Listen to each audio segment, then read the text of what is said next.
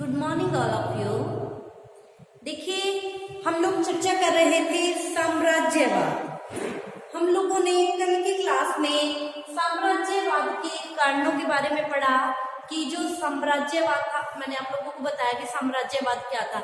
जब एक शक्तिशाली देश द्वारा कमजोर देश पर आक्रमण करके उस पर अधिकार कर लिया जाता है तो उसे पुराना या राजनीतिक साम्राज्यवाद कहा गया। फिर साम्राज्यवाद का स्वरूप क्या हो गया? परिवर्तित हो गया। आर्थिक दृष्टि से एक देश द्वारा दूसरे देश को पंगु बनाना, ठीक है, औपनिवेशिक साम्राज्यवाद कहलाया। इसके पश्चात हम लोगों ने नवीन साम्राज्यवाद के बारे में पढ़ा, जिसमें एक देश द्वारा दूसरे देश को आर्थिक, राजनीतिक, सामाजिक, सांस्कृतिक दृष्टि से अपने प्रभुत्व में लाना नवीन साम्राज्यवाद कहलाया। और इस नवीन साम्राज्यवाद की शुरुआत 19वीं शताब्दी से मानी जाती है। और इस साम्राज्यवाद के हम लोगों ने कारणों के बारे में पढ़ा कि जो नवीन साम्राज्यवाद हुआ इसके क्या कारण थे।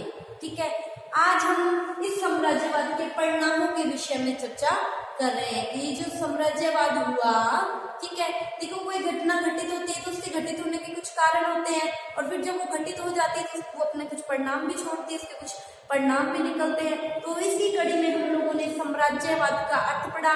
फिर साम्राज्यवाद हुआ तो क्यों हुआ, इसके हम लोगों ने कारण पढ़े, है ना। फिर हो गया तो इसके कुछ परिणाम भी निकले।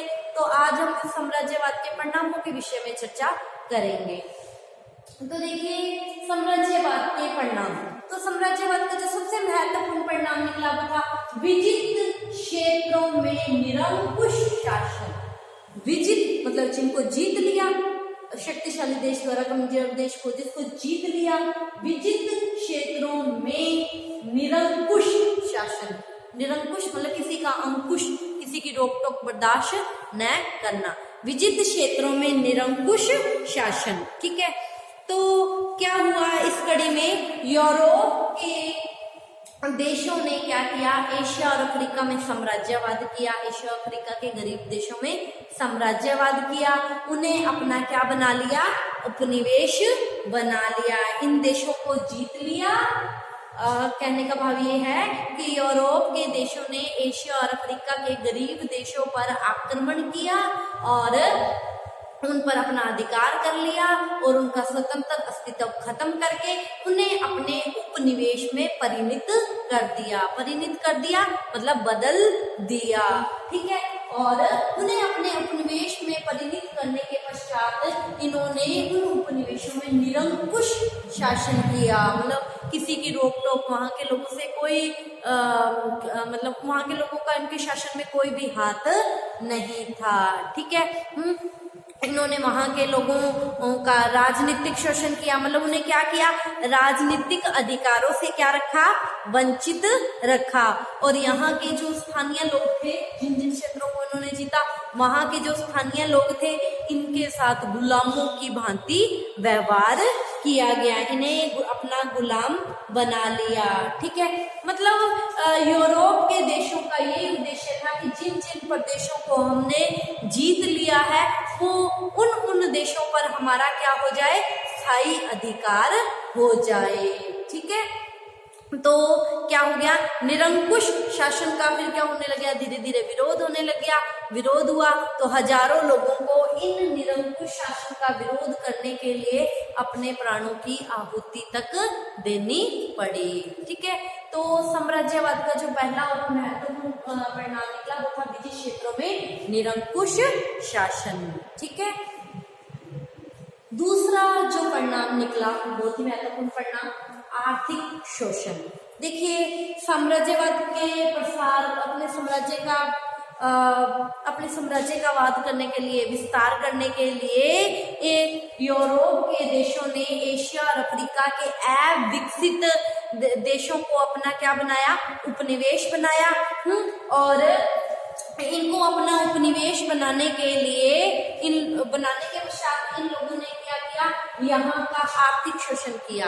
मतलब इनका जो भी व्यापार वाणिज्य जो भी था उसको क्या कर दिया? चौपट कर दिया। कैसे? कैसे यहाँ से ये क्या करते थे? सारा कच्चा माल ले जाते थे। अब यहाँ कच्चा माल नहीं है तो यहाँ पर व्यापार कैसे होएगा? ठीक है। यहाँ पर उद्योग कैसे संचालित होंगे, उद्योग कैसे चलेंगे, तो यहाँ से ये लोग क्या करते थे, सारा कच्चा माल ले जाते थे और अपने देशों में इसको बनाते थे। बनाने के पश्चात उनको क्या चाहिए थे, बाजार चाहिए थे, ठीक है। यहाँ से तो सारा कच्चा माल सस्ते दामों पर ले जाते थे, अपनी मिलों में तैयार करते थे और वहां से वो तैयार किया हुआ माल यहाँ पर महंगे दामों पर लाकर बेचते थे, ठीक है। सस्ते दरों से ले जाते थे और तैयार माल को महंगे दामों पर बेचते थे। आर्थिक शोषण हो गया, ठीक है। और इन्होंने क्या किया, यहाँ से जितने भी प्राकृतिक जो खनिज उपजा थी उस पर भी क्या कर लिया, अपना अधिकार कर लिया, ठीक है। मतलब इन्होंने क्या किया, एशिया और अफ्रीका के अविकसित देशों के औद्योगिक विकास को रोककर उन्हें आर्थिक दृष्टि से अपना पंगु बना लिया, ठीक है, ताकि उन देशों को आर्थिक दृष्टि से वो देश आर्थिक दृष्टि से समृद्ध न हो सके, ठीक है। तो ये देश क्या हो गए, जिनको जीता ये और ही ज्यादा निर्धन और गरीब होते गए, ठीक है। और क्या किया इन लोगों ने, आर्थिक शोषण की दृष्टि से अगर हम बात करते हैं तो इन पर भूमि कर लगाया और अलग अलग तरह के कई नए नए कर लगाए और अनेक भू राजस्व प्रणालियां भूमि में सुधार करने के लिए इन्होंने लागू की। लेकिन जो भी कार्य किया उसमें उद्देश्य क्या था, विजित जो यूरोप के देश थे उनका एक ही उद्देश्य था, इन अविकसित देशों का शोषण और खुद का आर्थिक लाभ, ठीक है। और जो तीसरा परिणाम निकला वो था साम्राज्यवादी प्रतिस्पर्धा का आरंभ। देखो यूरोप के जितने भी देश हैं वो एशिया और अफ्रीका के इन अविकसित या अपने उपनिवेशों से, उपनिवेश बन गए थे ना, इन उपनिवेशों में या एशिया अफ्रीका के गरीब देशों में अपने साम्राज्य का विस्तार करना चाहते थे, ठीक है, ताकि यहाँ की धन संपदा को प्राप्त किया जा सके। कच्चा माल बेचे यहाँ से लाए जाएंगे और तैयार माल को यहाँ बेचेंगे तो बाजार मिल जाएंगे, ठीक है, और यहाँ के जो खनिज पदार्थ हैं वो भी मिल जाएंगे। तो धन संपदा को प्राप्त करने के लिए यूरोप के देशों ने एशिया और अफ्रीका के देशों को अपनी साम्राज्यवादिता का शिकार बनाया, ठीक है। और यूरोप के सारे देश इस साम्राज्यवादी होड़ में निकल पड़े कि मैं एशिया अफ्रीका के देशों पर अधिकार कर लूं, मैं अधिकार कर लूं। तो इस साम्राज्यवाद की ये जो होड़ थी इसमें क्या हो गया, इंग्लैंड और फ्रांस सबसे ज्यादा आगे निकल गए, ठीक है। और इंग्लैंड और फ्रांस ने सबसे ज्यादा अपने उपनिवेश स्थापित कर लिए, ठीक है, जिसको देखकर इटली और जर्मनी उनको लगा कि हाँ हम तो इस होड़ में पीछे रह गए, वो पीछे रह गए थे, ठीक है। वो बहुत बाद में वो भी शामिल हुए और उनके भी हाथ कुछ ना कुछ एशिया और अफ्रीका के प्रांत लग गए, ठीक है। अब इस कड़ी में अमेरिका और रूस भी आकर खड़े हो गए, ठीक है। तो ये सारे जो देश थे इनमें आपस में भी प्रतिस्पर्धा होड़ शुरू हो गई, मैं जीत लूं एशिया अफ्रीका के देशों को, ठीक है। इनमें क्या हो गई, आपस में साम्राज्यवादी प्रतिस्पर्धा शुरू हो गई। ये आपस में एक दूसरे को शक की नजर से देखने लग गए। इनमें आपस में क्या हो गई, दुश्मनी बढ़ गई। जैसे इंग्लैंड के उपनिवेश ज्यादा हो गए तो जर्मनी क्या हो गया, इंग्लैंड से जर्मनी को